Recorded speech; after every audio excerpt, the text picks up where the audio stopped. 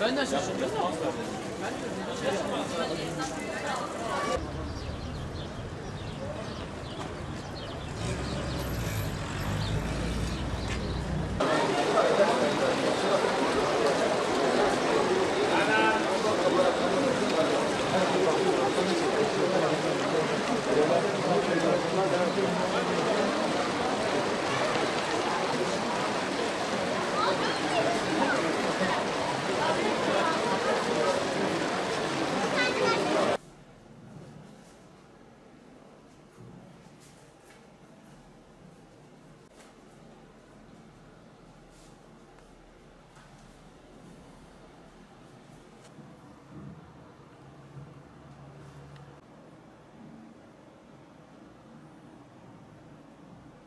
Diyanet Senin Batman Şube Başkanlığı olarak son günlerde ülkemizi hatta dünyayı meşgul eden, dünyanın gündemine oturan bir konuya dikkat çekmek üzere bazı açıklamalarda bulunmak istiyoruz.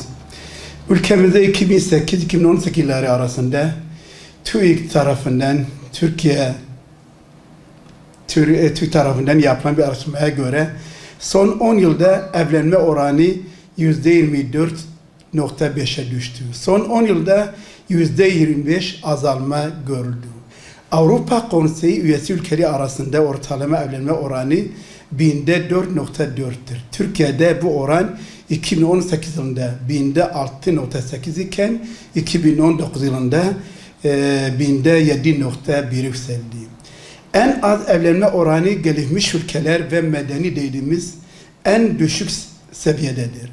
Lüksemburg, İtalya, Portekiz ve diğer Avrupa ülkelerinde evlilik dışı birliktelik yaşanmaktadır. Türkiye'de de boşanma hızının en yüksek olduğu iller İzmir, Antalya ve Muğla birinci sırada yer almaktadır.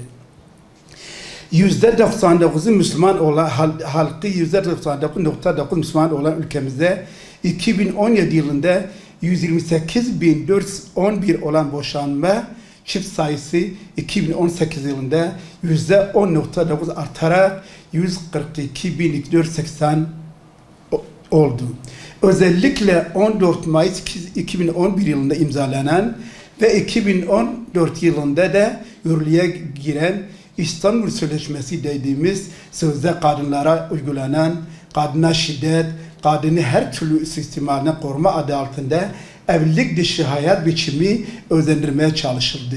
Medya aracılığı ile fuhuşa, zinaya, evlilik dışı ilişkilere yaklaştırıcı her türlü vasıtalar ile adeta kampanyalar başlatılarak meşrulaştırıldı.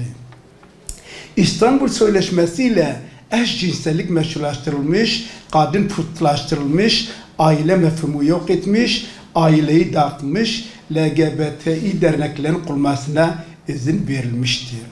Aile yapısını tehdit eden bu sapık zihniyete sınırsız hoşgörü tanındı. Bu sözleşme kadına ve İslam dinine haksızlıktır. Cinsiyet ayrımı yapmak, insan fıtratına, yaratılışa ve İslam'a başkaldırıdır. Siyonizm bilerek ve bilinçli bir şekilde İslam alemine fitne ve fesat tohumlarını ekmek için sevgililer günü, doğum kontrolü, madde bağımlılığı ve kadın hakları gibi söylemlerle nesli bozmakta ve aile mefhumunu ortadan kaldırmakta, başıboş, bilinçsiz bir nesil meydana getirmeye çalışmaktadır.